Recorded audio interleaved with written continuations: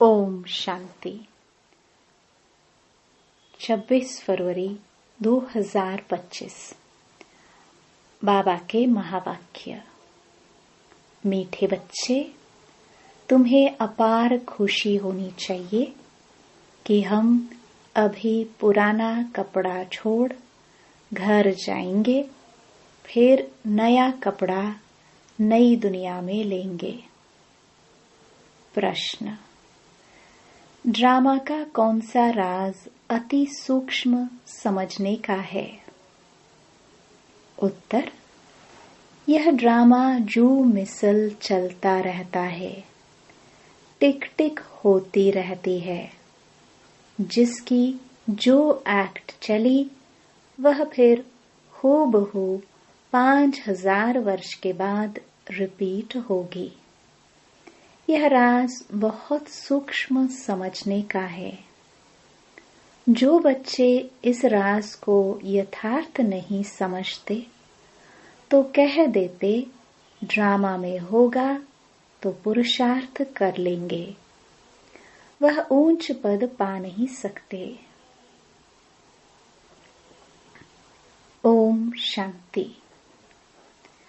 बच्चों को बाप की पहचान मिली, फिर बाप से वर्षा लेना है और पावन बनना है।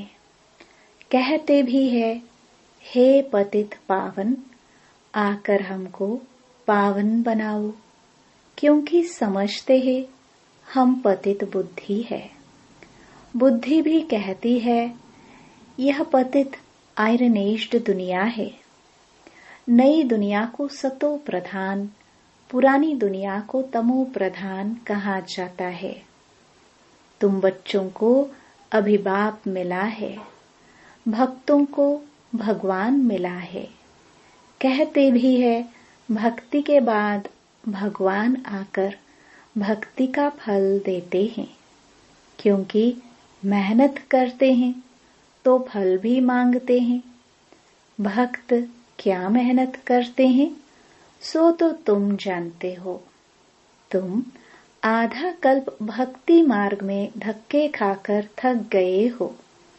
भक्ति में बहुत मेहनत की है। यह भी ड्रामा में नूंद है। मेहनत की जाती है फायदे के लिए। समझते हैं भगवान आकर भक्ति का फल दे तो फल देने वाला फिर भी भगवान ही रहा। भक्त भगवान को याद करते हैं, क्योंकि भक्ति में दुख है तो कहते हैं आकर हमारे दुख हरो, पावन बनाओ। कोई भी नहीं जानते हैं कि अभी रावण राज्य है। रावण ने ही पतित बनाया है। कहते भी है राम राज्य चाहिए, परंतु वह कब कैसे होना है कोई को भी यह पता नहीं है। आत्मा अंदर समझती है कि अब रावण राज्य है। यह है ही भक्ति मार्ग। भक्त बहुत नाच तमाशे करते हैं, खुशी भी होती है और रोते भी है। भगवान के प्रेम में आंसू आ जाते हैं, परंतु भगवान को जानते नहीं। जिसके प्रेम में आंसू आते हैं उनको जानना चाहिए ना। चित्रों से तो कुछ मिल नहीं सकता। हाँ, बहुत भक्ति करते हैं तो साक्षात्कार होता है। बस वही उनके लिए खुशी की बात है। भगवान खुद ही आकर अपना परिचय देते हैं कि मैं कौन हूँ। मैं जो हूँ, जैसा हूँ, दुनिया में कोई नहीं जानते। तुम्हारे में जो बाबा कहते हैं उनमें भी कोई पक्के हैं, कोई कच्चे हैं। देह अभिमान टूटने में ही मेहनत लगती है। देही अभिमानी बनना पड़े। बाप कहते हैं तुम आत्मा हो। तुम 84 जन्म भोग तमो प्रधान बनी हो। अभी आत्मा को तीसरा नेत्र मिला है। आत्मा समझ रही है। तुम बच्चों को सारे सृष्टि चक्र का नॉलेज बाप देते हैं। बाप नॉलेजफुल है तो बच्चों को भी नॉलेज देते हैं। कोई पूछे सिर्फ तुम ही 84 जन्म लेते हो? बोलो हाँ, हमारे में कोई 84, कोई 82 जन्म लेते हैं। बहुत में बहुत 84 जन्म ही लेते हैं।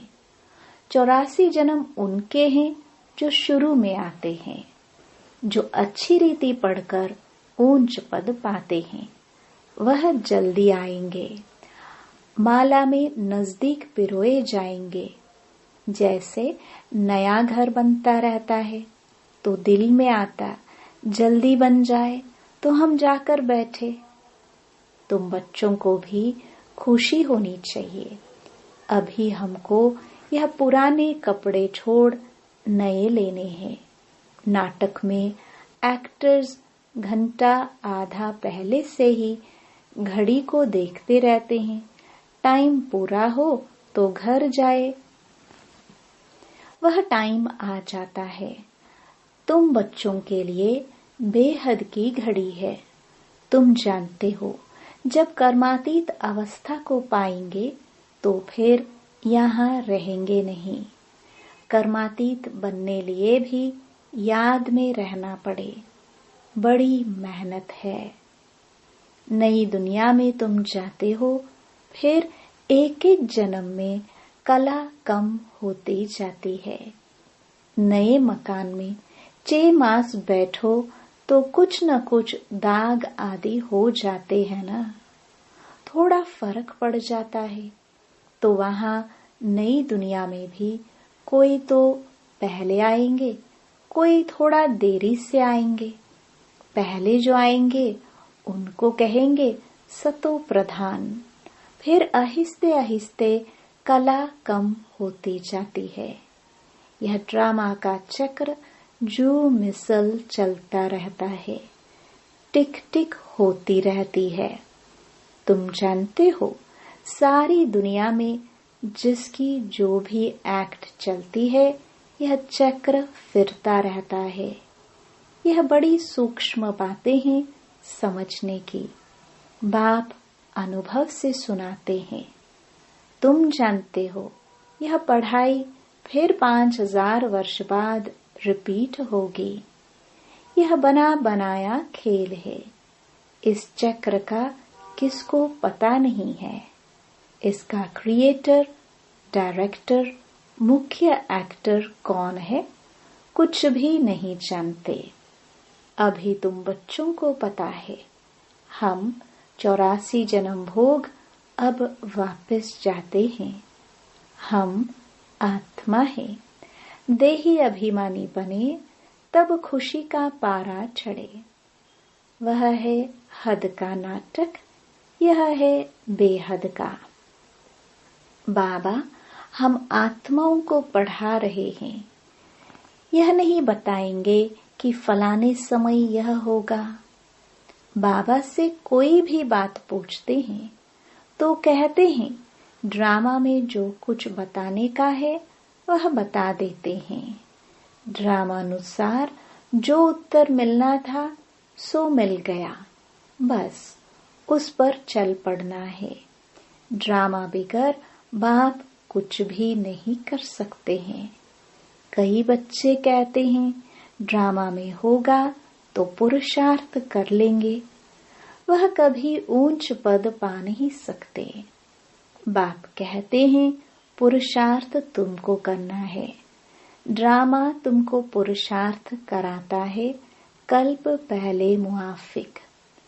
कोई ड्रामा पर ठहर जाते हैं कि जो ड्रामा में होगा, तो समझा जाता है इनकी तकदीर में नहीं है। अब तुमको स्मृति आई है, हम आत्मा है। हम यह पाठ बजाने आए हैं। आत्मा भी अविनाशी है, पाठ भी अविनाशी है। 84 जन्मों का पाठ आत्मा में नूंधा हुआ है। फिर वही पाठ बजाएंगे। इसको कहा जाता है कुदरत। कुदरत का और क्या विस्तार करेंगे। अब मुख्य बात है, पावन जरूर बनना है। यही फिक्रात है। कर्म करते हुए बाप की याद में रहना है। तुम एक माशूक के आशिक होना। एक माशूक को सब आशिक याद करते हैं। वह माशूक कहते हैं, अभी मुझे याद करो, मैं तुमको पावन बनाने आया हूँ। तुम मुझे ही पतित पावन कहते हो, फिर मुझे भूलकर गंगा को क्यों पतित पावनी कहते हो।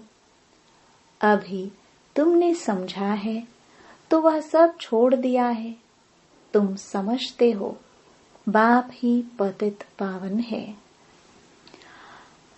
अब पतित पावन श्री कृष्ण को समझ कभी याद नहीं करेंगे, परंतु भगवान कैसे आते हैं यह कोई नहीं जानते।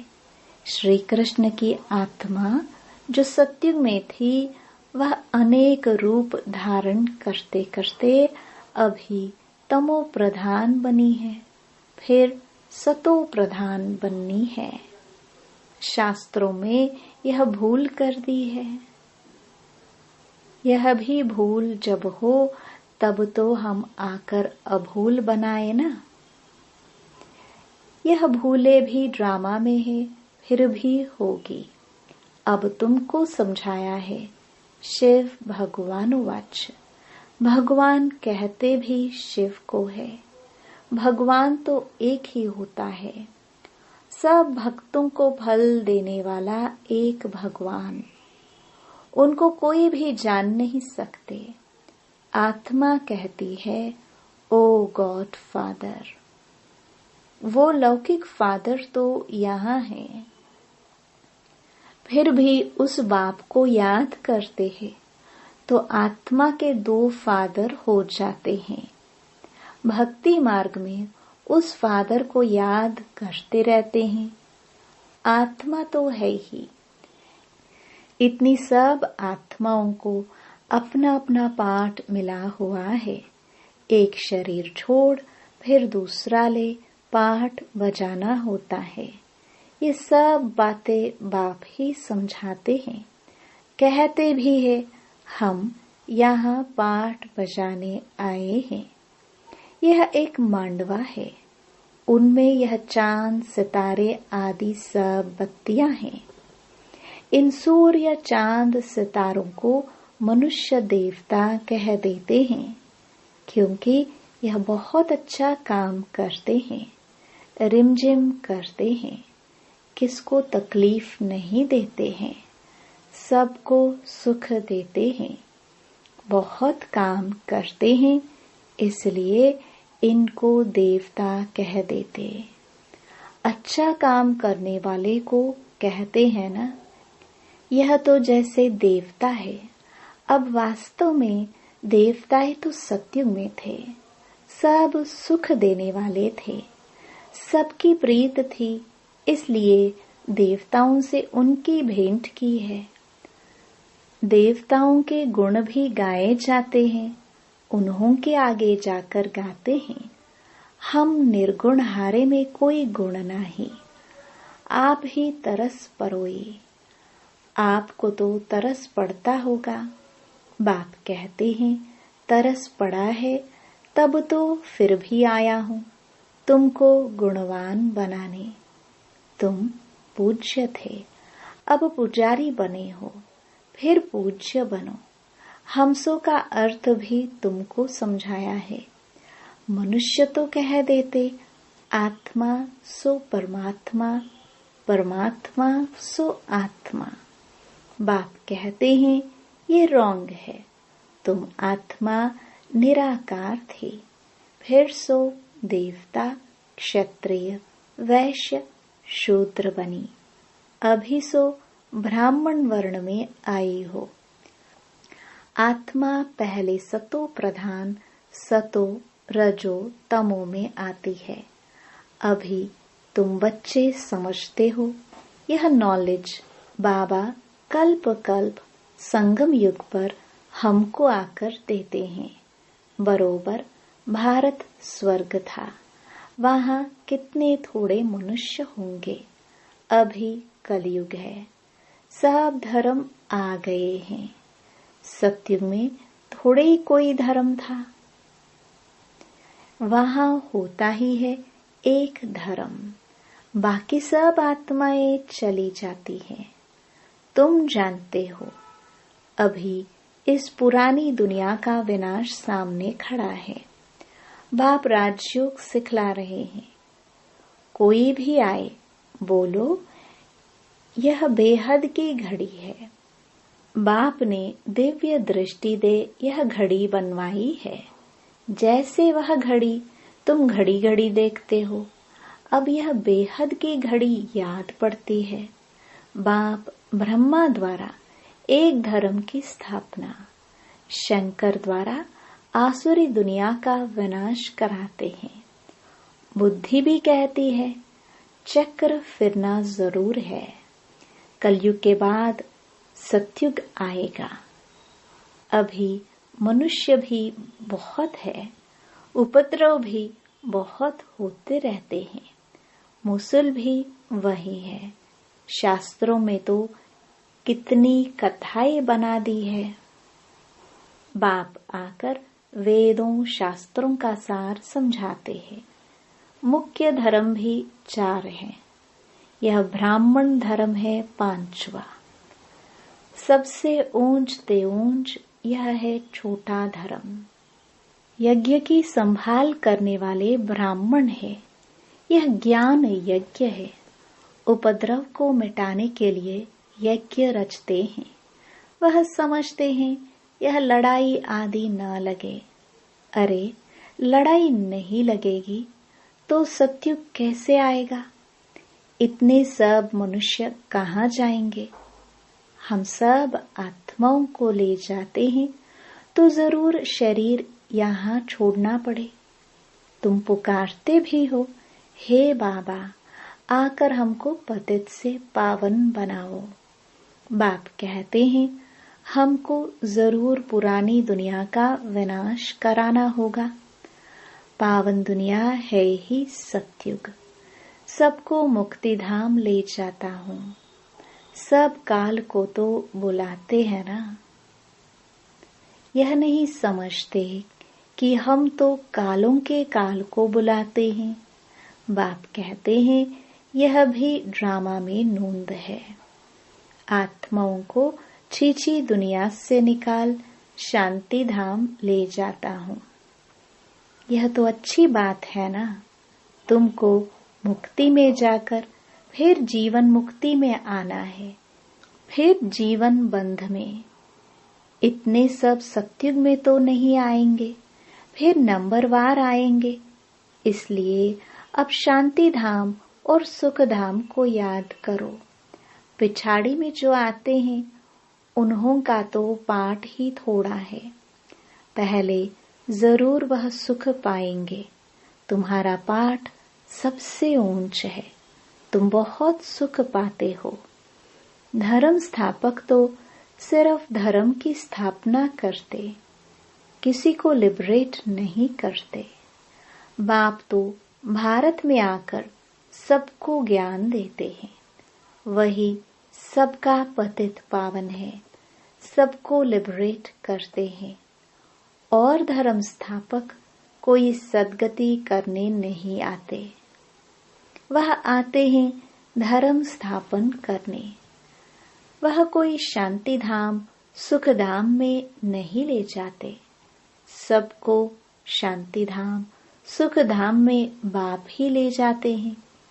जो दुख से छुड़ाए सुख देते हैं, उनके ही तीर्थ होते हैं। मनुष्य समझते नहीं, वास्तव में सच्चा तीर्थ तो एक बाबा का ही है। महिमा भी एक की ही है। सब उनको पुकारते हैं, हे लिबरेटर आओ। भारत ही सच्चा तीर्थ है, जहाँ बाप आकर सबको मुक्ति जीवन मुक्ति देते हैं।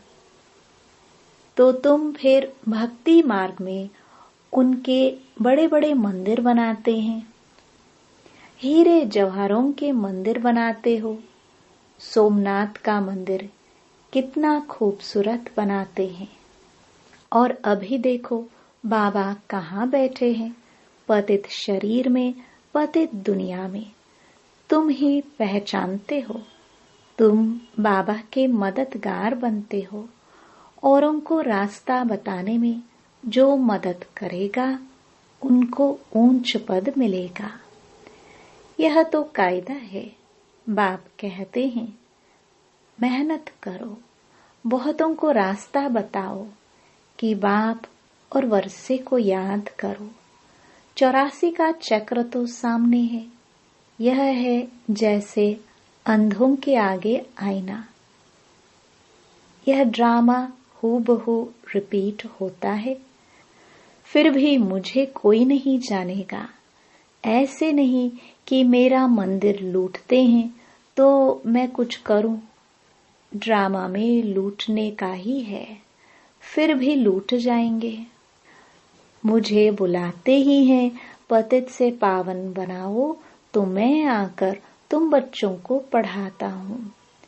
ड्रामा में विनाश की भी नोंद है, सो फिर भी होगा। मैं कोई फूंक नहीं देता हूँ कि विनाश हो जाए। यह मूसल आदि बने हैं, यह भी ड्रामा में नोंद है। मैं भी ड्रामा के बंधन में बंधा हुआ हूँ। मेरा पाठ सबसे बड़ा है, सृष्टि को बदलना, पतित से पावन बनाना। अब समर्थ कौन, मैं या ड्रामा? रावण को भी ड्रामानुसार आना ही है। जो नॉलेज मेरे में है वह आकर देता हूँ। तुम शिव बाबा की सेना हो, रावण पर जीत पाते हो। बाप कहते हैं सेंटर्स खोलते रहो। मैं आता हूँ पढ़ाने, मैं कुछ लेता नहीं हूँ। पैसे जो कुछ है वह इसमें सफल करो। ऐसे भी नहीं सब खलास कर भूख मरो। भूख कोई मर नहीं सकता।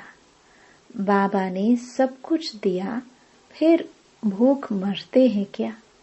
तुम भूख मरते हो क्या? शिव बाबा का भंडारा है। आजकल तो दुनिया में देखो कितने मनुष्य भूख मरते रहते हैं। अभी तुम बच्चों को तो बाप से पूरा वर्षा लेने का पुरुषार्थ करना है। यह है रूहानी नेचर क्योर। बिल्कुल सिंपल बात, सिर्फ मुख से कहते हैं मन मना भव। आत्मा को क्योर करते हैं, इसलिए बाप को अविनाशी सर्जन भी कहते हैं। कैसा अच्छा ऑपरेशन सिखलाते हैं। मुझे याद करो तो तुम्हारे सब दुख दूर हो जाएंगे, चक्रवर्ती राजा बन जाएंगे। इन कांटों के जंगल में रहते हुए ऐसे समझो कि हम फूलों के बगीचे में जा रहे हैं, घर जा रहे हैं। एक दो को याद दिलाते रहो। अल्लाह को याद करो तो बे बादशाही मिल जाएगी। अच्छा, मीठे मीठे सिखिलदे बच्चों प्रति माता पिता बाप दादा का याद प्यार और गुड मॉर्निंग। रूहानी बाप की रूहानी बच्चों को नमस्ते। धारणा के लिए मुख्य सार। पहला, ऊंच पद पाने के लिए बाप का पूरा पूरा मददगार बनना है। अंधों को रास्ता दिखाना है। बेहद की घड़ी को सदा याद रखना है। दूसरा, यज्ञ की संभाल करने के लिए सच्चा सच्चा ब्राह्मण बनना है। पैसे आदि जो हैं उन्हें सफल कर बाप से पूरा पूरा वर्षा लेना है। वरदान। मन मनाभव की विधि द्वारा बंधनों के बीज को समाप्त करने वाले नष्टो मोहा स्मृति स्वरूप भाव। बंधनों का बीज है संबंध। जब बाप के साथ सर्व संबंध जोड़ लिया तो फिर किसी में मोह कैसे हो सकता? बिना संबंध के मोह नहीं होता, और मोह नहीं तो बंधन नहीं। जब बीज को ही खत्म कर दिया तो बिना बीज के वृक्ष कैसे पैदा होगा? यदि अभी तक बंधन है तो सिद्ध है कि कुछ तोड़ा है, कुछ जोड़ा है। इसलिए मन मनाभव की विधि से मन के बंधनों से भी मुक्त नष्टो मोहा स्मृति स्वरूप बनो, फिर यह शिकायतें समाप्त हो जाएंगी कि क्या करे, बंधन है, कटता नहीं। स्लोगन। ब्राह्मण जीवन का सांस उमंग उत्साह है, इसलिए किसी भी परिस्थिति में उमंग उत्साह का प्रेशर कम न हो। अव्यक्त इशारे। एकांत प्रिय बनो, एकता और एकाग्रता को अपनाओ। जितना सेवा की हलचल में आते हो उतना बिल्कुल अंडरग्राउंड चले जाओ। कोई भी नई इन्वेंशन और शक्तिशाली इन्वेंशन अंडरग्राउंड ही करते हैं, तो एकांतवासी बनना ही अंडरग्राउंड है। जो भी समय मिले इकट्ठा 1 घंटा व आधा घंटा समय नहीं मिलेगा, लेकिन बीच में 5 मिनट भी मिले तो सागर के तले में चले जाओ। इससे संकल्पों पर ब्रेक लग सकेगी। फिर वाणी में आना चाहेंगे तो भी नहीं आ सकेंगे। ओम शांति।